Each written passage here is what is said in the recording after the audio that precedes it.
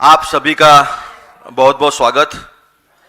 आज एक बहुत महत्वपूर्ण विषय पर आपसे चर्चा करने के लिए मैं यहां उपस्थित हूं। आपने देखा होगा बड़े गाजे बाजे के साथ महाराष्ट्र के मुख्यमंत्री, ऑफिसर्स, उनका खुद का पर्सनल स्टाफ, ये सारे लेकर दावोस गए और दावोस जाकर ये वो बता रहे हैं कि 30 लाख करोड़ का इन्वेस्टमेंट महाराष्ट्र में आने वाले दिनों में आने वाला है। ये वर्ल्ड इकोनॉमिक फोरम की कॉन्फ्रेंस प्रतिवर्ष होती है जनवरी में। अभी आप देखिए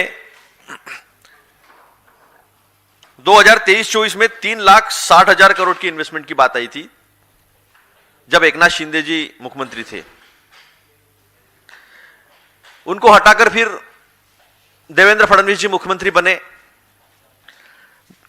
2024-25 में 15 लाख करोड़ की इन्वेस्टमेंट की बात कही और अभी 30 लाख करोड़ की बात कही है। मुझे बताइए, पूरे भाजपा के खेमे में इतना इफिशिएंट, इतना कार्यक्षम मुख्यमंत्री या नेता भाजपा में कोई है क्या, जिसने पूरी राजनीति महाराष्ट्र की अपने हाथ में ले रखी है और अर्थनीति में भी उसके बराबर आज भारत में बीजेपी के पास कोई नहीं है। तो क्या ये प्रधानमंत्री बनने के लिए 30 लाख करोड़ बताए जा रहे हैं? क्या ये जो इन्वेस्टमेंट आई है उस इन्वेस्टमेंट के पीछे बिटवीन द लाइंस क्या है, यह बताया गया है? अगर 30 लाख करोड़ का इन्वेस्टमेंट आ रहा है और पिछले 3 साल में अगर देख लिया जाए तो करीब करीब 50 लाख करोड़ का इन्वेस्टमेंट आया है, जो which is equal to Maharashtra GDP. इसका मतलब यह है, इतने इफिशिएंट है ये कि महाराष्ट्र सरकार पे जो 10 लाख करोड़ का कर्जा है वो भी खत्म हो जाएगा। किसानों की कर्जा माफी करनी है वो भी हो जाएगी।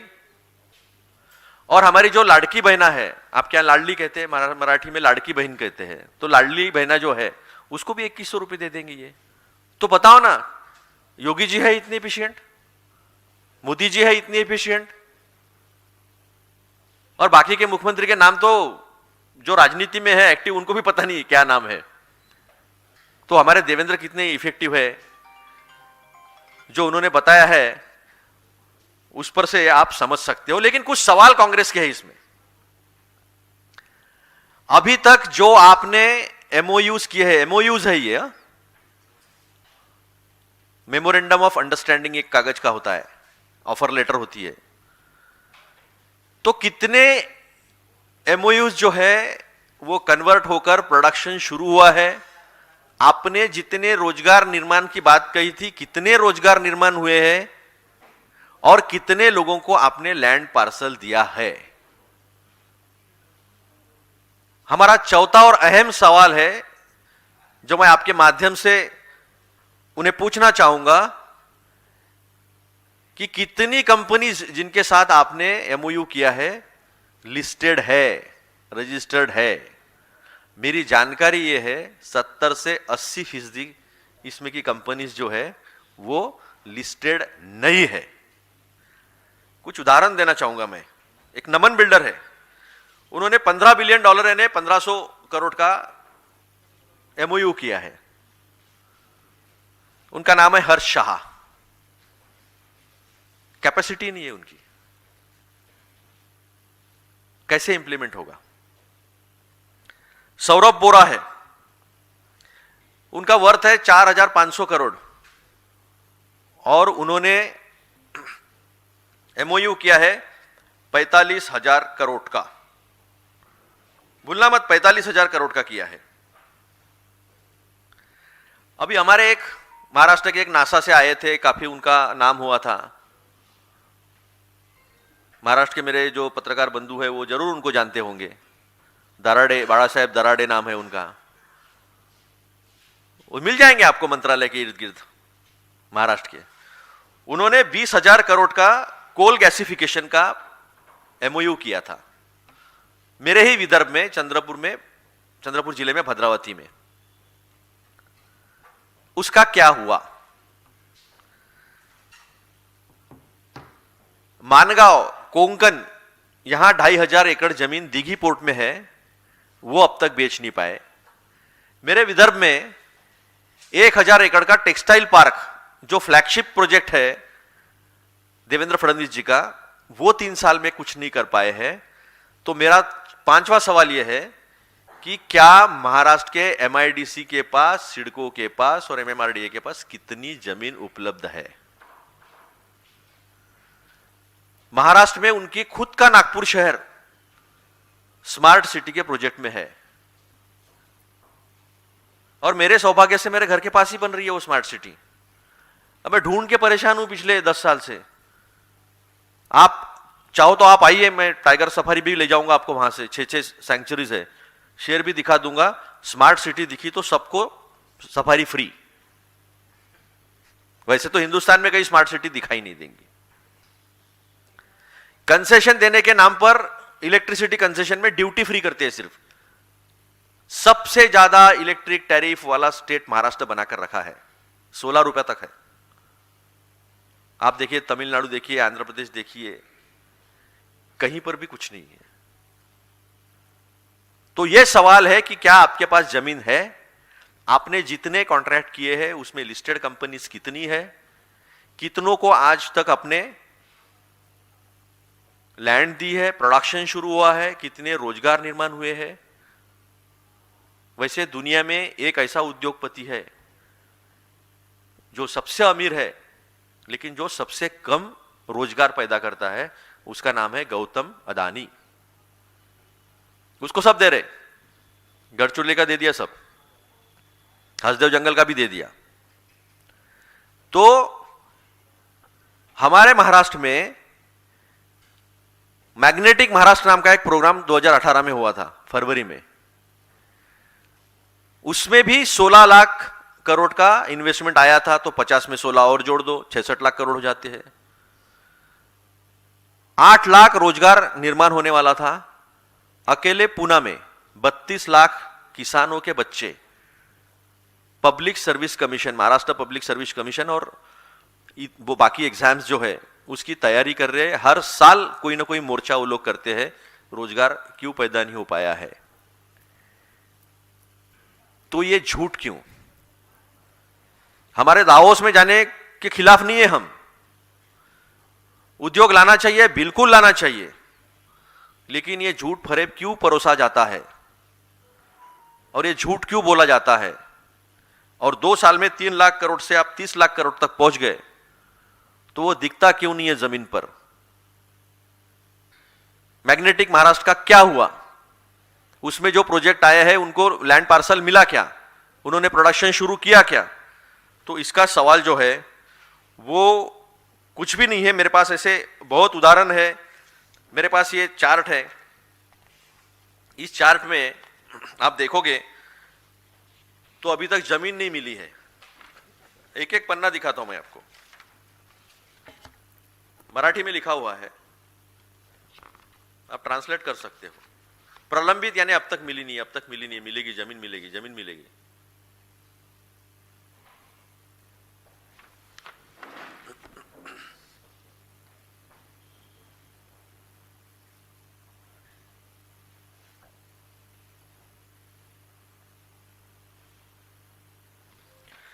तो ये सब जो झूठ परोसा जा रहा है, क्या इनसे बड़ा प्रधानमंत्री के लायक कोई कैंडिडेट हो सकता है?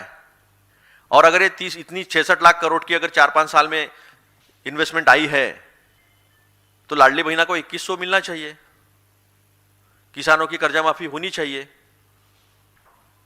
10 लाख करोड़ का जो कर्जा है महाराष्ट्र पर, वो कर्जा नहीं होना चाहिए। तो जो 5-6 सवाल आपके माध्यम से मैंने उपस्थित किए हैं, मैं चाहूंगा कि वो इसका जवाब दें। और कितनी कंपनी सही में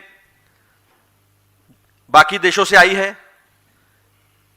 कितने कंपनियों के एमडीज, डायरेक्टर्स हमारे महाराष्ट्र के ही है या बाहर के हैं? कितनी कंपनी लिस्टेड है? हमारे हिसाब से 70 से 80% कंपनीज लिस्टेड नहीं है। मैग्नेटिक महाराष्ट्र का क्या हुआ, और उसके बाद मैग्नेटिक महाराष्ट्र क्यों हुआ नहीं? क्या ऐसा है कि वाइब्रेंट गुजरात जब तक नहीं होगा तब तक मैग्नेटिक महाराष्ट्र नहीं होना चाहिए? यह दबाव है और इसलिए नहीं हो पा रहा है? यह हमारे कुछ सवाल है। आपके सवाल मराठी नंतर, मराठी उधर करेंगे, महाराष्ट्र सदन में। नहीं नहीं नहीं, यहां पर वो एआईसीसी में मराठी में प्रेस नहीं हो सकती। आपके सवाल।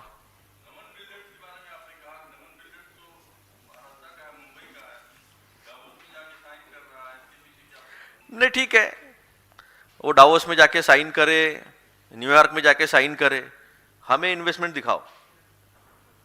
क्या उन्होंने 1500 करोड़ का आपके साथ एमओयू किया है? क्या उनकी आर्थिक स्थिति वो है? क्या वो रजिस्टर्ड है? हमें ये बताएं। एक सुयश अग्रवाल जी है, उन्होंने 100 करोड़ की उनकी कैपेसिटी है और 4000 करोड़ का उन्होंने एमओयू किया है। कंपनी रजिस्टर्ड नहीं है। देवेंद्र फडणवीस जी का कहना यह है कि जो इंटरव्यू उन्होंने एक चैनल को दिया उसमें उन्होंने कहा है कि 60% एफडीआई बाहर से आता, इसलिए हमें डावोस में आके एग्रीमेंट करना पड़ता है। वैसे तो हर हफ्ते कैबिनेट मीटिंग में लोढ़ा जी, मंगल प्रभात जी बाजू में ही बैठते हैं, तो वो वहां जाकर करे नहीं करे, फायदा हो देश को, महाराष्ट्र को फायदा हो, महाराष्ट्र इकोनॉमिक इंजन है देश का, लेकिन ये फरेब क्यों? ये सवालों के जवाब दें। सर, इस सब्जेक्ट से अलग मेरा सवाल है। कल मनरेगा कार्यक्रम में राहुल गांधी की तस्वीर आई थी। शिवराज सिंह चौहान का एक ट्वीट है, उन्होंने कहा है कि जिस वक्त मनरेगा बिल संसद में पारित हो रहा था, पूरा देश देख रहा था और राहुल गांधी जो है विदेश के दौरे पे भ्रमण कर रहे थे, और यही कारण है कि राहुल गांधी और कांग्रेस पार्टी का पतन हो रहा है कि उनको चीजें पता नहीं होती और इस तरह का ढोंग जो है वो कांग्रेस पार्टी करती है। उन्होंने ट्वीट करके मैं आज केवल और केवल दावोस में जो खिलवाड़ हुआ है, जो झूठ फरेब परोसा गया है, उसकी ही बात करूंगा। इसके बारे में बाद में बात करेंगे। शिवराज सिंह का सच्चाई जो है वो कैग ने रख दी है सामने। मेरा सवाल ये आपसे कि जैसा आपने कहा कि महाराष्ट्र में बिजली सबसे ज्यादा महंगी है, 16 रुपए का शायद आपने जिक्र किया। 12 से 16 रुपए। 12 से 16 रुपए वो कंजम्पशन के हिसाब से होता है। कंजम्पशन नहीं तो, लेकिन ये बिजली दर जो है वो आपने डोमेस्टिक की बताई है या कॉमर्शियल बताई है? क्योंकि अगर इतनी महंगी बिजली है, जब मैं इंडस्ट्री की बात करूं तो वो कमर्शियल और इंडस्ट्रियल होता है। कॉमर्शियल इंडस्ट्रियल है। इसमें दो टाइप का होता है, कमर्शियल इंडस्ट्रियल होता है, एग्रीकल्चर होता है, और एक होता है डोमेस्टिक। मैं यहाँ समझना चाहता हूँ, आपके माध्यम से समझना चाहता हूँ कि बिजली जो है हर व्यक्ति की नेसेसिटी है, और ये हमको और आपको सबको पता है कि पूरे देश को कि अडानी की बिजली बांग्लादेश में भी जा रही है। तो क्या बांग्लादेश में उन्हीं अडानी की बिजली सस्ती मिल रही है हमारे मुंबई के लोगों की तुलना में? सबसे ज्यादा महंगी, मैं इंडस्ट्री की बात कर रहा हूं। हाँ। तो इंडस्ट्री की बात यह है कि इंडस्ट्री को सबसे महंगी बिजली जो है वो महाराष्ट्र में मिल रही है। महाराष्ट्र में ग्रीन इनिशिएटिव काफी बड़ी बात हुई है, लेकिन इंप्लीमेंट हुआ क्या? दिसंबर 2026 तक 16,000 मेगावाट प्रोडक्शन हो जाना चाहिए था, अब तक 3,000 भी नहीं हुआ है। एचवीडीएस के पॉलिसी का क्या हुआ है? कुछ भी नहीं हो पा रहा है। तो बातें तो बड़ी बड़ी हो रही है, और बिजली जैसे व्यक्ति की जरूरत है, सबसे बड़ी जरूरत इंडस्ट्री की है। बिजली के बिना तो इंडस्ट्री खड़ी हो ही नहीं सकती। तो यह सच्चाई है।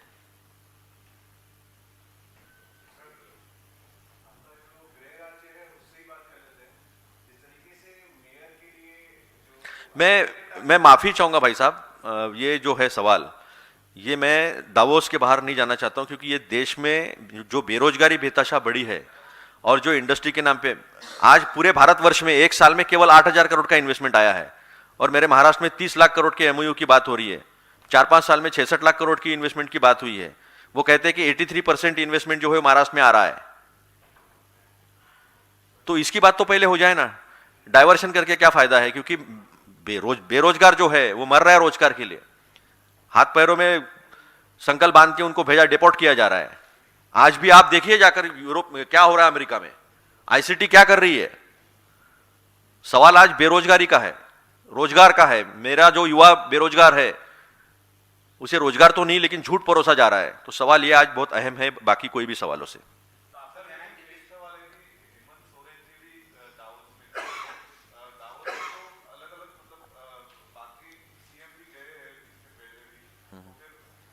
देखो, लाइफ साइंसेस की पॉलिसी जाके तेलंगाना गवर्नमेंट वहां डिक्लेयर करती है। तेलंगाना गवर्नमेंट वहां पर जाकर कॉरिडोर्स बनाती है, आउटर रिंग रोड और रीजनल रिंग रोड के बीच में। वहां पर मैन्युफैक्चरिंग हब होगा, एमएसएमई का हब होगा, उसके बाद एग्रो प्रोसेसिंग इंडस्ट्रीज होगी। एआई की पॉलिसी वहां जाके डिक्लेयर करते हैं और एआई को और लाइफ साइंसेस को, थेरापेटिक्स और अलग अलग फार्मास्यूटिकल्स में जो है वो दुनिया का हब बनाना चाहते हैं, वो पॉलिसीज वहां बताते हैं। मुझे बताओ, क्या तेलंगाना के हमारे चीफ मिनिस्टर रेवंत रेड्डी जी ने कुछ ऐसा गलत बताया है? कर्नाटक वाले भी गए, तमिलनाडु वाले भी गए, करीब करीब 10 स्टेट जो है वो गए हैं, लेकिन सबने वहां अपनी पॉलिसीज, हम क्या दे सकते हैं दुनिया को, इन्वेस्टमेंट क्यों आना चाहिए, इसकी बात की है। लेकिन ये जो इन्वेस्टमेंट की बात हुई है, ये फरेब है ना। कोल गैसिफिकेशन का प्लांट क्यों नहीं लगा अब तक? कौन सा प्लांट लगा है? मेरे यहां किसानों की जमीन 1.25 करोड़ 1.5 करोड़ एकड़ की जमीन 25,000 में इनको दी है रामदेव बाबा जी को, अब तक वो प्लांट शुरू नहीं हुआ है। फैक्ट है, नागपुर के मिहान में। तो आपके पास लैंड कितनी है, आपने लैंड कितनी दी है, कितना प्रोडक्शन शुरू हुआ है, सवाल यह है। आप देखिए तेलंगाना ने वहां पर जाकर क्या बात किया है। पॉलिसी रखी है उन्होंने रखा है कि ये हमारे जोन्स होंगे, हम ये देंगे। छोटी इकोनॉमी है महाराष्ट्र के सामने, उनका जीडीपी 3.5 लाख करोड़ का है, हमारा जीडीपी 50 लाख करोड़ का है, लेकिन उन्होंने पॉलिसी दी है। हमारे पुणे से उद्योग जा रहे हैं बाहर वापस। ये तो खुद डिप्टी सीएम अजित पवार ने कहा वाटोळं झालं, सब खत्म हो रहा है। तो ये सवाल है। अभी किसी भी फिगर पर भरोसा करना यानी अपने आप को धोखा देना है। आईएमएफ ने खुद कहा कि ये सी ग्रेड में है, यानी आप फ्रॉड अकाउंटिंग करते हो। आपका रियल जीडीपी और नॉमिनल जीडीपी में कितना अंतर है? 7.4 और 10.5 to 11%, लेकिन आपका इन्फ्लेशन कितना है? 0.74%। ये भी मैच नहीं होता है। आपका कोर सेक्टर केवल 3.7% से ग्रो कर रहा है, आपके यहाँ प्राइवेट इन्वेस्टमेंट नहीं आ रही है, लेकिन इकोनॉमी 7.4% से ग्रो कर रही है। कैसे भरोसा करोगे? तो आप मुझे जो पूछ रहे हो वो जमाना गया कि आंकड़े मिलते थे, चर्चा होती थी, मीडिया दिन भर। अगर 91 रुपये हुआ है, 58 रुपये में अगर हम आईसीयू में थे तो 91 रुपये में तो घाट पे पहुंच गए हम। तो हम तब चर्चा करेंगे जब एक आध बैंक डूब जाएगी। तो सवाल इकोनॉमी को लेकर बहुत गंभीर है, सवाल रोजगार पैदा करने पर बहुत गंभीर है, और आप चिढ़ा रहे हो युवाओं को, बेरोजगार युवाओं को। इतना कुछ हो रहा है और सामने कुछ दिख नहीं रहा होते हुए। गवर्नमेंट जॉब्स नहीं निकल रहे, बेतहाशा फ्रॉड हो रहे, और रोजगार कुछ नहीं आ रहा है, और दवोस में जाके आप 30 लाख करोड़ की धौस दे रहे हो। तो इनसे एफिशिएंट कोई प्राइम है क्या? प्राइम मिनिस्टर लग के लायक कैंडिडेट देवेंद्र फडणवीस से देखिए आप।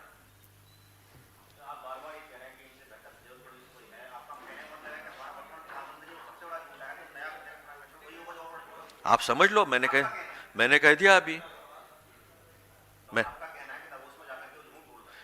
देखिए, इस देश में एक मुख्यमंत्री है योगी जी, उन्होंने कहा मणिकर्णिका घाट में एआई का झूठ बता रहे। कल हमारे महाराष्ट्र के लोग पहुंच गए, धनगर समाज के, वहां नाव से पहुंच गए और दिखा दिया, उन्होंने लाइव कर दिया। Thank you. He was in Kerala today and he has attacked the Congress party saying that it should be named as MMC, which is Muslim League Maoist Party. What's your response to that? See, I will stick to Davos only. I will stick to investment thing only. नहीं ठीक है, it's fine. It's fine. उन्होंने महाराष्ट्र में MIM के साथ गठबंधन किया है, वो पूछ लेना उनको।